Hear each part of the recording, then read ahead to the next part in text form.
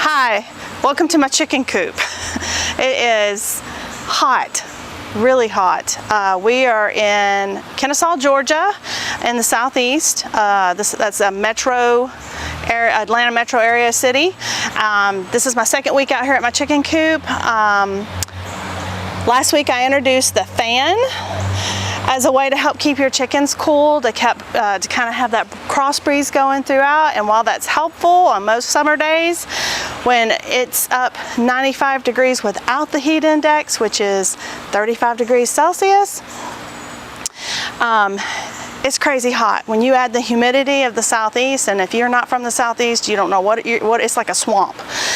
So it's hard on your chickens. Even if you have breeds that are usually okay in the heat, you have to take care of them. So I have a couple of tips that I wanted to share with you. And the first one, the most important one, is changing your chickens' water, not leaving warm or hot water, and also knowing that they really may have drank all the water. This is my third time filling up their water. They actually have 2 of these 5-quart drinkers. One is over here in the bottom of their run. I just filled it up, and you can see they are drinking. They actually emptied that thing by 2 o'clock today, and I had filled it at 10 a.m. with ice water. So I came out and I refilled it this afternoon, and I just refilled it again, and it's at 7 o'clock this evening. So that is so important. If you're out exercising, you want to stay hydrated. And like, I went out early this morning and I was at the track and I had my normal water, and it was still so humid and hot, I ran out. So you have to be prepared, and you have to prepare for your animals. And if you don't have backyard chickens, but you have dogs or cats, same thing applies. They need a water source, and if if they're indoor, outdoor, bring them in more than out, because this is unsafe for them. They're wearing fur coats or feathers in the chicken's case. So the second one, I told you they had 2 waterers, and my second water this time of year, I love apple cider vinegar. I usually keep apple cider vinegar with water in one of mine, except when we get to this kind of weather, and then I go to electrolytes. This is Save a Chick. You can get it at your Tractor Supply. I'm sure you can get it at your Feed and Seed, whatever, but I get mine at Tractor Supply, and it gives them the electrolytes. They've already been through 1 5-quart of this. This is their second one, and usually I put this underneath the coop during the day, and I keep the water in the coop, but at night, because I will lock them up for safety reasons, even though they have really good ventilation, I will put the electrolyte water inside the coop so that they can get it if they need it to help hydrate them.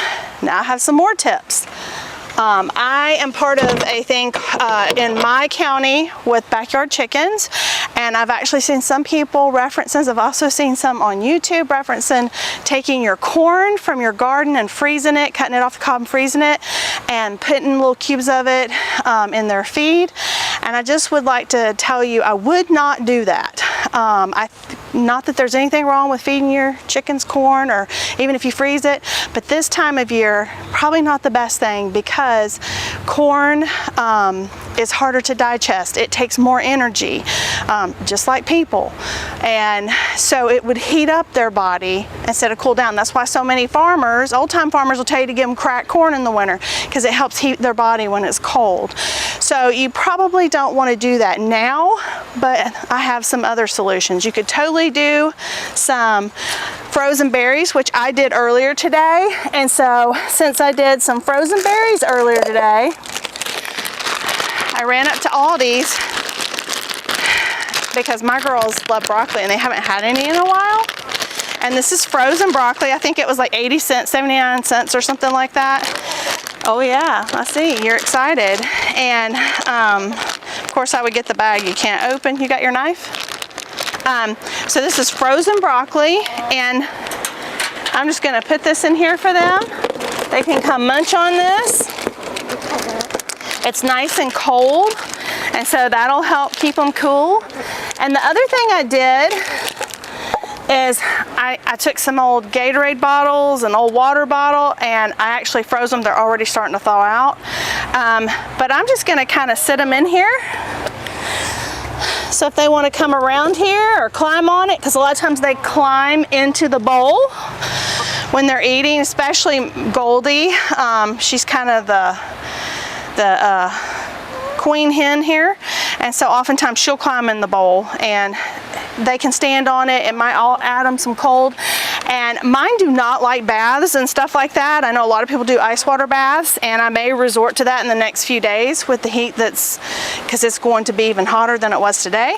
But I took some ice cold water and I've kept it in the refrigerator, and I've been coming out periodically, and they don't like it, but I spray them just to kind of mist them a little bit, and they're not real happy about it, but I think it'll help keep them cool. And that's kind of what we're doing to try to keep our girls safe. Some people may balk about giving your chickens frozen vegetables and, you know, frozen fruit or whatever as an extra cost, but these are part of our family. We love them, and I want them to live their best life. I don't want to mistreat them. I can't take them inside in the air conditioner. They're not meant to be in the air conditioner, so I'm trying to do all the things I can to help keep them safe and healthy and happy, just like I do my other animals. So that is my tip for this week. Thank you for checking it out, and we'll see you in the next one. Stay cool.